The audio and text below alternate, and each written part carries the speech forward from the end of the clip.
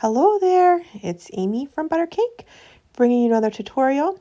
I'm going to show you how I made this burnt sugar cupcake with maple frosting and these gorgeous pearls on the side. Oh, so nice. Such a fluffy cupcake. Really love this recipe.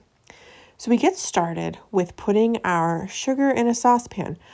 I do prefer using a white saucepan or a light colored saucepan, just so we know how dark our caramel is getting. It is a dry caramel and it can go from not dark enough to too dark really fast. And there is like a fine line of just tasting burnt. But right now I'm just whisking or moving the sugar around as it melts. It is on a medium high heat. And you can see the jump forward there where it starts to melt. As soon as it starts melting, it really takes on a light amber color. So you want to hang out with it at this point, keep your eye on it, and also have your water already ready to go in a cup, preferably with like a pour spout so it's easier to get it into the pan. I'm just moving the sugar around. You can see that there are chunks in there of crystallized sugar, but they will melt down. If that happens to you, it's not ruined. Don't worry. Once we get it to this nice medium amber color, this is when we want to add the water. I know it's kind of hard to see, but I actually have an oven mitt on my hand that's mixing. That's to protect from the steam. This is still on the heat, but once you add that water, it's going to bubble up big time, give off a lot of steam. So you just really want to be careful. Please don't burn yourself. You can see though, once you start adding the water, it gets dark fast. We're going to a dark amber color now.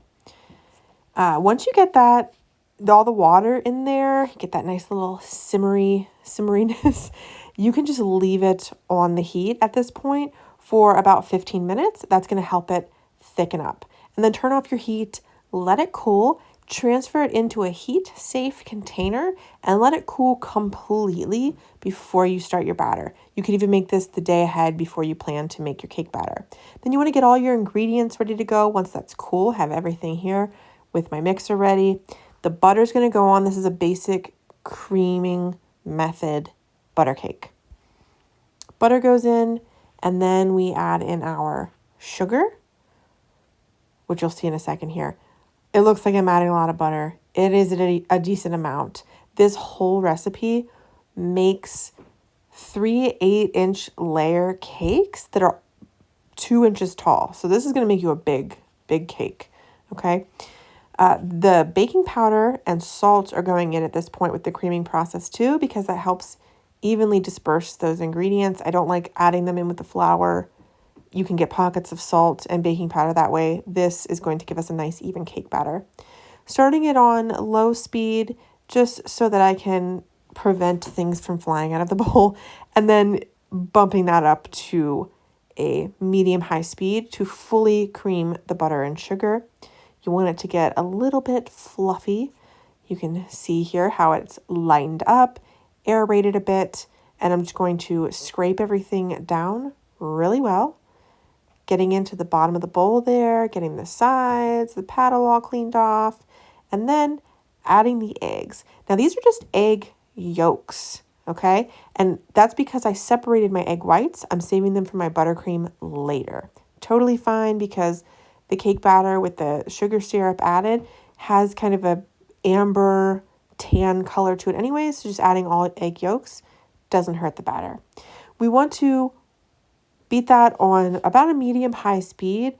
You want to get it really well incorporated at this point. And these are room temperature eggs, but you just want to make sure it's well mixed. You can see how light and fluffy it is. So I'm definitely mixing that for a couple minutes to get that nice aerated, homogeneous mixture ready for my other ingredients. There's my sugar syrup that is completely cool. I added the vanilla to it, and then just adding the milk in there. You want to get all your wet ingredients into one container so that it's easy to add to your batter. It looks like a lot of liquid. Again, though, this is a lot of batter. Adding about 1/3 of the flour there, mixing on low speed to get it well incorporated. Trying not to fling it out of the bowl. And then you're going to add half of the liquid to the batter.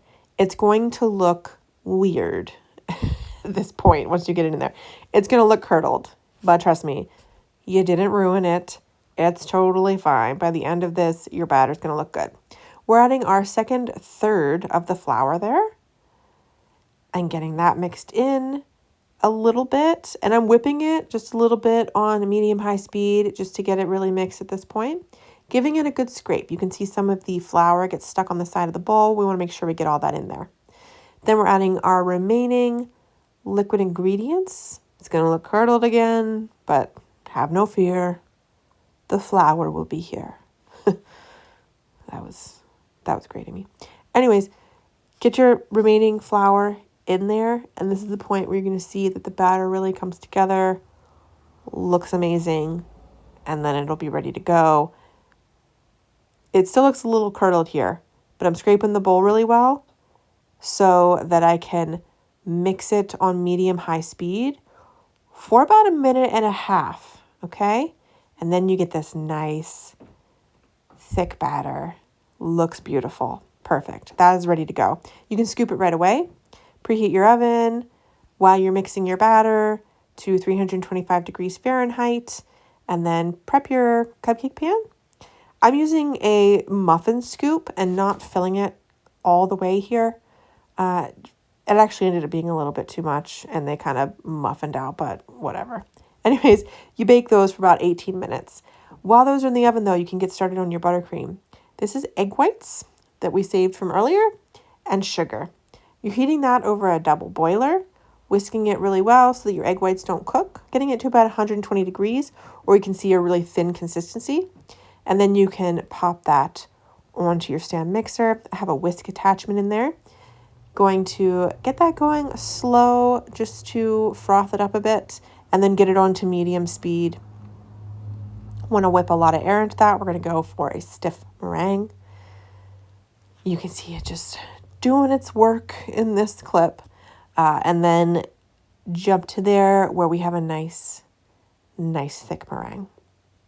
And the beauty of this is while you're making your frosting, then your cupcakes are coming out of the oven, they can cool, and you'll have everything ready to go all at one time. Checking my butter there. It is a very soft room temperature. You want to be able to squish it like Play-Doh, okay? That is going to give us a really nice buttercream. If it's too cold, it will separate and not fully incorporate. If that happens though, just let it sit for like 30 minutes. The butter will soften and then you can try whipping it again. If it's too warm and starting to melt, then it's just not going to whip up correctly. So you definitely don't want melted butter. We're going to put all of our butter in at this point. Give it a nice little scrape. This looks like a lot of buttercream. I actually was making these cupcakes. I do like a Cupcake Friday for my boyfriend's coworkers. So I was making a lot. It looks like a lot in the bowl, but you don't have to make this much buttercream. This is just showing you the method. It's going to look curdled at some point as you're whipping it on medium-high speed. That's okay. Just keep going. Keep whipping that stuff. It'll come together, and then you get the nice fluffy buttercream. Adding in a little bit of maple here. Added about a teaspoon to this whole batch. That was all I needed, maple flavoring. I could have used maple syrup. The problem with that is it's so much sugar to add. So I prefer the maple flavoring over the maple syrup because I don't want the frosting to be too sweet because we're already doing a burnt sugar cupcake, which already has literally burnt sugar in it. So it'd just be too much. So I got that into a large piping bag. My cupcakes are nice and cool. Buttercream's ready to go. You can use whatever piping tip you like. I'm just piping a little rosette on the top of all these cupcakes. Give you a little glimpse into, I do quite a few of these every other Friday, but I really enjoy making them. Every Friday is a different flavor. And this flavor in particular was a big hit. Once I got those frosted though, I found these dragé mix. It was like gold, pearls in different sizes. And then I also added gold jimmies and mixed it up on my own. And then I just covered the sides of the cupcakes in those. Oh, it gave a really beautiful effect. Then I'm using these maple cookies. You guys, I have been eating these maple cookies since I was a kid. My grandpa used to get these. I absolutely love them. If you can't get your hands on these, no big deal. You could make a maple flavored sugar cookie, add it to the top. And I'll actually provide a link for a sugar cookie recipe down in the description that you could add maple flavoring to, make your own maple cookie and add that on top. But these are good to go. I'm going to finish all those up, get them boxed up. Thank you guys so much for watching. Please consider subscribing if you're not already. And I appreciate you hanging out with me, listening to me yap on. Take care.